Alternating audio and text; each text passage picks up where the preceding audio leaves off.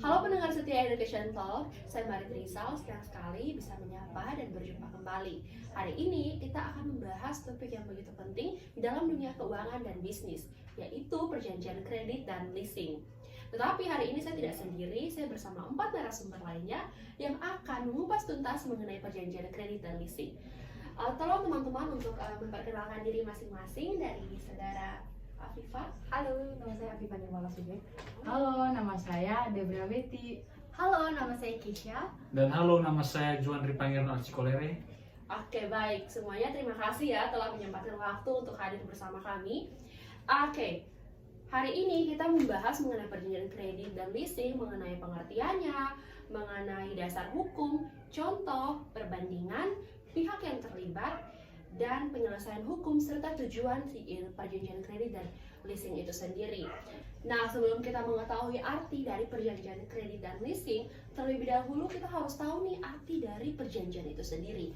Nah, teman Afifah, kira-kira pengertian dari perjanjian itu apa sih?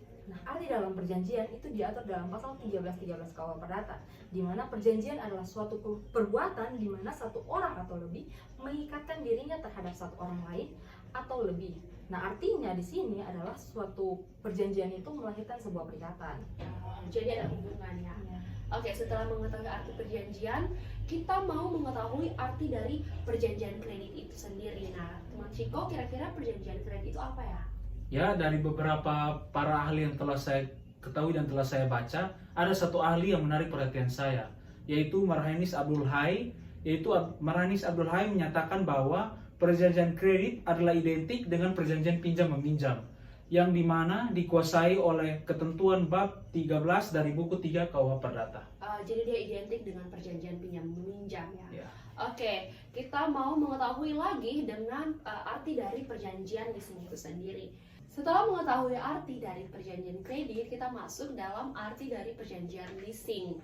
Nah, teman Afi, kira-kira perjanjian leasing itu apa sih? Nah, kalau perjanjian kredit itu identik dengan pinjam-meminjam, perjanjian leasing itu identik dengan sewa-menyewa, yaitu antara pihak lese dan lesor untuk melakukan sebuah perjanjian. Jadi ada perjanjian antara pihak lesor dan lese itu Iya. sendiri. Oke, baik. Perjanjian itu berhubungan dengan ketentuan-ketentuan dalam KUH Perdata. Saya ingin tahu nih kira-kira dasar hukum apa dan pasal berapa menyangkut dengan perjanjian kredit dan leasing itu sendiri sih, teman Rina. Oke, baik, terima kasih untuk pertanyaannya. Nah, di sini saya akan menjelaskan mengenai dasar hukum dari perjanjian kredit dan juga perjanjian leasing.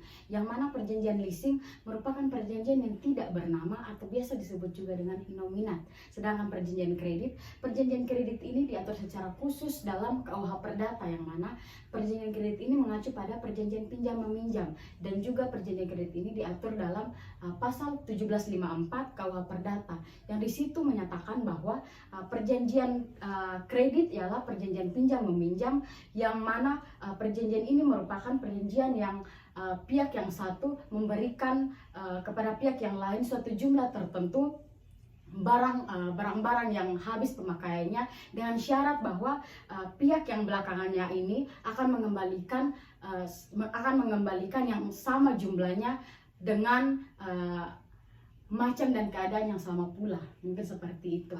Jadi perjanjian leasing itu inominat, sedangkan perjanjian kredit itu diatur dalam pasal 1754 KUH Perdata. Betul sekali. Oke, menarik. Nah, pasti penonton juga kepo ya dengan contoh perjanjian kredit dan leasing itu sendiri. Oke, saya ingin bertanya nih ke saudara Keisha, kira-kira contoh-contoh apa aja sih dari masing-masing perjanjian kredit dan leasing ini? Oke, di sini saya akan memaparkan masing-masing contoh dari perjanjian kredit dan juga leasing. Yang pertama yaitu contoh dari surat perjanjian kredit HP, yang mungkin kita pernah melakukan hal itu atau mungkin kita sudah pernah dengar tentang hal tersebut. Nah, di mana dalam perjanjian kredit HP ini terdapat dua belah pihak, yaitu pihak yang pertama dan juga pihak kedua.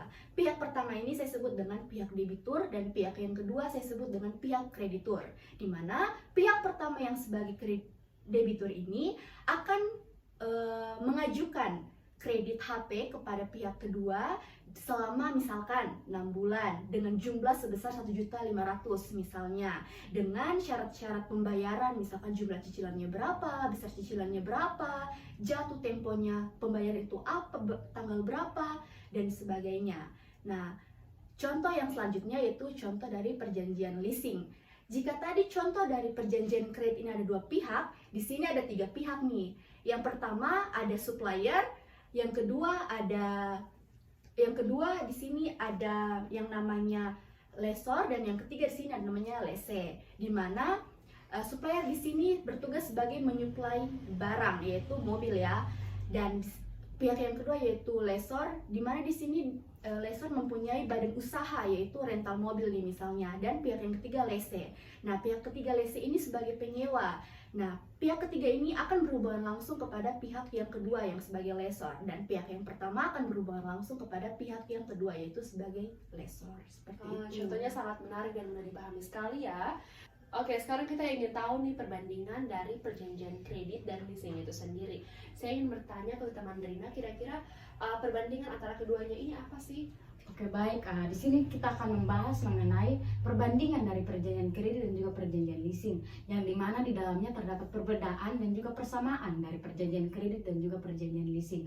Nah, yang pertama kita akan membahas mengenai perbedaan dari perjanjian kredit dan juga perjanjian leasing, yang dimana perbedaannya ialah pengertian kredit belum ada atau belum diatur secara khusus, sedangkan namun mengenai perjanjian kredit menurut hukum perdata Indonesia merupakan salah satu dari bentuk perjanjian pinjam meminjam yang dimana terdapat dalam buku ketiga KUH Perdata.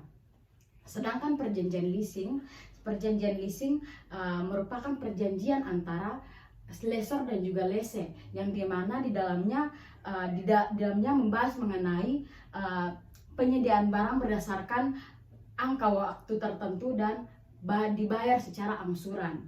Nah, setelah mengetahui mengenai mengenai pengertian itu, kita dapat menyimpulkan bahwa perjanjian leasing ini difokuskan pada sewa menyewa, sedangkan perjanjian kredit ini difokuskan pada pinjam meminjam. Nah, mungkin seperti itu perbedaannya.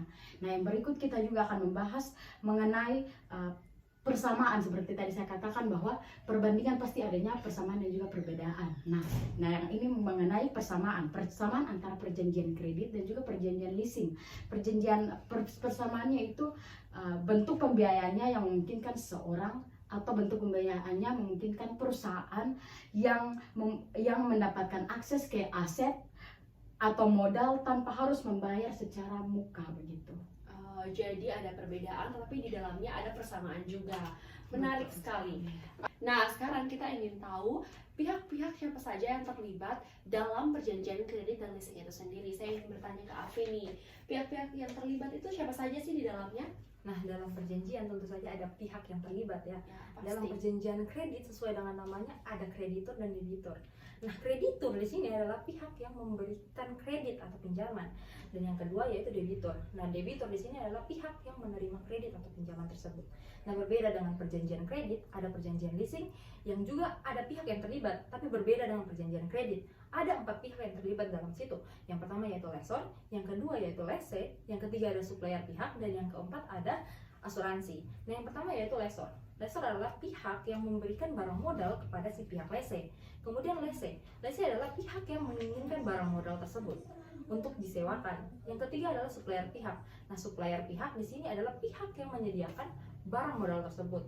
Dan yang keempat ada asuransi. Nah, sesuai dengan namanya ya, asuransi, yaitu untuk menanggung resiko apabila terjadi kesewenang-wenang terhadap perjanjian tersebut. Jadi dalam kredit itu ada kreditur dan debitur, sedangkan dalam leasing itu ada lessor, lessee, pihak asuransi dan supplier itu sendiri.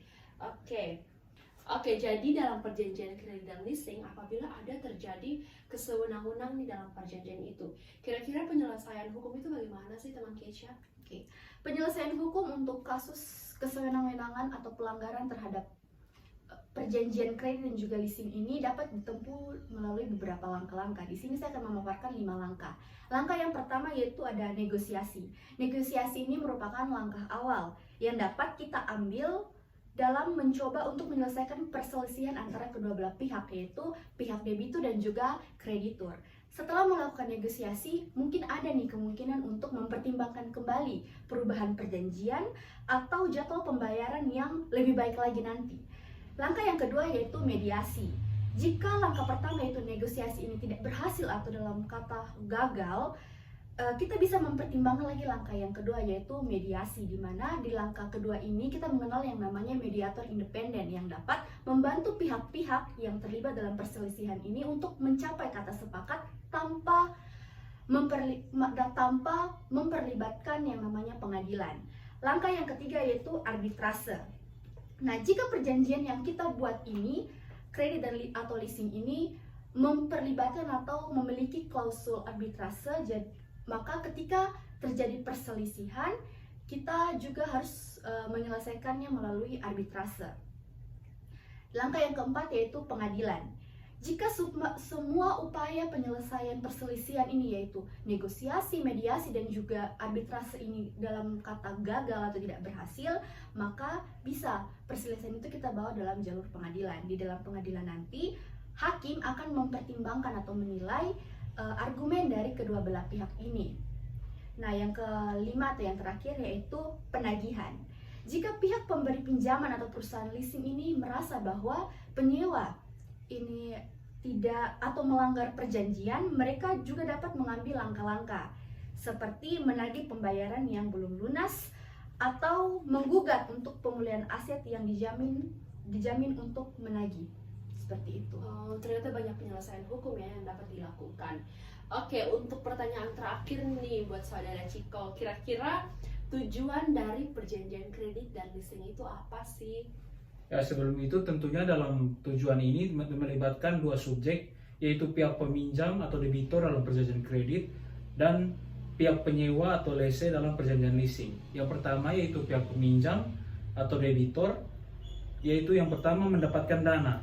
Setelah mendapatkan dana tentunya dapat digunakan untuk berbagai tujuan seperti pendanaan bisnis, pendidikan, atau keperluan pribadi. Dan yang kedua yaitu mengelola keuangan. Dengan kredit dapat membantu peminjam mengelola keuangan mereka termasuk mengatasi kebutuhan mendesak atau memanfaatkan peluang investasi. Dan yang terakhir yaitu membangun riwayat kredit. Peminjam yang membayar kredit tepat waktu dapat membangun riwayat kredit yang baik yang akan membantu mereka mendapatkan akses ke fasilitas kredit lebih besar dari yang mereka dapatkan sekarang. Yang kedua yaitu pihak penyewa atau lese dalam perjanjian leasing. Yang pertama yaitu menggunakan aset. Penyewa menggunakan perjanjian leasing untuk menggunakan aset tanpa harus membelinya secara langsung. Ini dapat membantu bisnis atau individu menghemat modal. Dan yang kedua yaitu menghindari risiko depresiasi. Dalam leasing, penyewa tidak perlu khawatir tentang depresiasi aset karena mereka biasanya hanya membayar biaya sewa. Dan yang terakhir yaitu fleksibilitas. Leasing dapat memberikan fleksibilitas untuk mengganti aset yang sudah tua itu dengan yang lebih baru tanpa harus memikirkan penjualan aset yang lama. Seperti itu. Nah, jadi tujuan yang pasti itu mendapatkan keuntungan dan diikuti dengan banyak tujuan yang lainnya. Ya. Wow, sangat menarik. Nah, jadi dari diskusi kita, saya menarik kesimpulan nih mengenai perjanjian kredit dan leasing. Jadi perjanjian kredit itu identik dengan pinjam-meminjam, sedangkan leasing adalah perjanjian sewa-menyewa. Di dalam perjanjian kredit ada kreditur dan debitur, di dalam perjanjian leasing ada lesor, lese, pihak asuransi, dan supplier. Oke, sekian diskusi kita hari ini ya. Terima kasih untuk kesempatan, waktu teman-teman untuk hadir berdiskusi bersama kami dalam Education Talk. Sampai bertemu lagi dan sehat selalu. Bye.